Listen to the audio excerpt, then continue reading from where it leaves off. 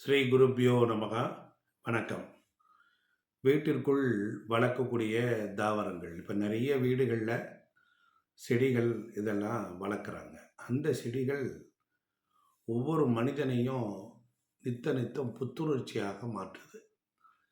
பெரும்பாலும் வீட்டுக்குள்ளே indoor plants அப்படின்னு பார்த்தீங்கன்னா மாடிப்படிக்கிட்ட வச்சுருப்பாங்க, வாசலுக்கு ரெண்டு பக்கம் வச்சுருப்பாங்க, டைனிங் டேபிள் கிட்ட வச்சுருப்பாங்க, இப்படி ஷோகேஸ் ஆட்டம் வச்சுருப்பாங்க. அந்த செடிகளை எல்லாம் பாருங்கள், வீட்டுக்குள்ளே மட்டும் வளரும். நல்ல ஒரு வெளிச்சம், நல்ல காற்றோட்டம், கொஞ்சம் நீர் வசதி இவைகள்லாம் இருந்தால் வீடுகளுக்குள்ளே நிறைய செடிகள் வளருது. இப்படி இந்த செடிகள்லாம் வளருவதனால என்ன நன்மை அப்படி தான் நிறைய பேர் கேட்குறாங்க. அப்போ ஒரு வீட்டுக்கு தாவரங்களில் ஒரு 7 விதமான ஆரோக்கிய நன்மைகள் அங்கே இருக்குது. இப்போ வீட்டுக்குள்ளே இந்த செடிகள்லாம் வளர்க்குறனால நம்ம மனநிலையை மேம்படுத்திக்கிட்டே இருக்கும். மைண்டு டிப்ரெஷனில் இருந்து நம்மளே அதை பாதுகாத்துக்கிட்டே இருக்கும். நம்ம வெளிவிடுகிற நச்சுத்தன்மை, கெட்ட எண்ணங்கள் எல்லாத்தையும் அதை ரிசீவ் பண்ணிடும். அது உடனே ப்ரெசண்ட்டாக நமக்கு ஒரு பாசிட்டிவ் பிராணனை கொடுக்கும். அது மட்டும் இல்லாமல் சில நேரங்களில் வீடுகளில் ரொம்ப டயர்டாகிடுவாங்க, மனதளவில் டயர்டாவாங்க, உடல் அளவுலேயும் சோர்வு அடைவாங்க. அந்த சோர்வையெல்லாம் குறைச்சிரும். இதுதான் அங்கே இருக்கக்கூடிய ரகசியம்.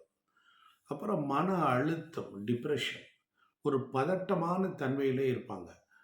அந்த பதட்ட தன்மையெல்லாம் போக்கிறதுக்கு அந்த ஒரு சேர் போட்டிருப்பாங்க, இந்த செடிகள் இதெல்லாம் சேர்ந்து மனிதனுக்கு ஒரு ஒரு கூட பிறந்த நமக்கு எப்படி சொல்கிறது, ஒரு பிராணிக் ஜென்ரேட்டர் மாதிரி இருக்கும். அம்மாவோட மடியில் நம்ம படுத்திருந்தா எவ்வளவு சுகம் இருக்குமோ அதே போல் நமக்கு கவனம் இல்லாமல் அலுவலகத்தினுடைய தன்மை, நம்ம நம்ம ஃபோக்கஸ் அண்ட் ஃபெய்த்து. இப்போ ஒரு ஆஃபீஸ் இருக்குது, ஒரு வேலை செய்யணும், ஒரு அஃபிஷியல் லெவலில் ஒரு வேலை பார்க்கணும் அப்படின்னா அதனுடைய கவனத்தை மேம்படுத்தும். வேறு எந்த சிந்தனையும் டைவர்ட் பண்ண விடாது. அது only focus and faith in job. வேலை விஷயத்தில் ரொம்ப கவனமாக நம்மளை சிந்திக்க விட்டு உங்களுக்கு வெளி உலகத்திலேருந்து நிறைய நல்ல விஷயங்களை கொடுக்கும். இதெல்லாம் செடிகள் செய்யுமான்னு கேட்டால் ஆச்சரியமாக தான் இருக்கும். அப்புறம் குணப்படுத்தக்கூடியது, அதே மாதிரி ஒரு வலி தாங்கும் திறனை அதிகரித்தல்.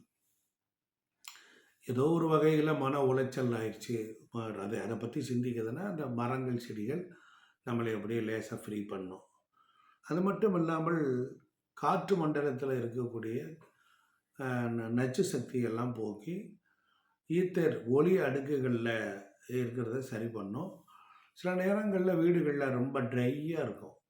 அதெல்லாம் இல்லாமல் இந்த செடிகள் அவை விடுகின்ற பிராண சக்தியானது நமக்கு ஒரு உயிருக்கு ஒரு ஆற்றலை கொடுக்கும். அதே போல் வறண்ட காற்றுனால் ஏற்படக்கூடிய சரும வறட்சி, சுவாச நோய்களை எல்லாம் அதுவும் போக்குது. இப்படி 7 விதமான நன்மைகள் இருக்கிறது. பல வீட்டு தாவரங்கள் வீடுகளில், வீடு, பள்ளிக்கூடங்கள், அலுவலகங்களில் காற்றில் இருக்கக்கூடிய மாசுகளை எல்லாம் போக்கக்கூடியதாக இருக்குது. அப்புறம் செயற்கை பொருட்களில் இருக்கக்கூடிய ஃபார்மால்டிஹைட், பென்சீன், அப்புறம் ட்ரைக்ளோரா எத்திலின் போன்ற நச்சு பொருட்களை அது உறிஞ்சி இழுத்துக்கும். என்ன செய்யுதுன்னா சயின்ஸ் பிரகாரம் இந்த வேலையும் அது செய்யுது.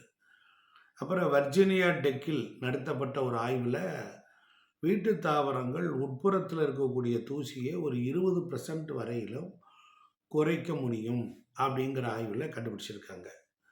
அப்போ வீட்டு தாவரங்கள் திறமையான காற்று சுத்திகரிப்பு, எப்படி வாட்டர் ஃபில்டர் போல் இருக்கிற போல் நாம் சுவாசிக்கக்கூடிய வீடுகளில் இருக்கக்கூடிய காற்றெல்லாம் அதுவும் சுத்திப்படுத்துது அப்படின்னு வருது. அப்போ நாசாவில் இருக்கக்கூடிய ஆய்வுகளும் நமக்கு அதை ரொம்ப தெளிவாக சொல்கிறாங்க. சில வீட்டு தாவரங்கள், வீட்டுக்குள்ளே இருக்கக்கூடிய செடிகள் காற்றை சுத்தப்படுத்துவதில் சிறப்பாக செயல்படுது.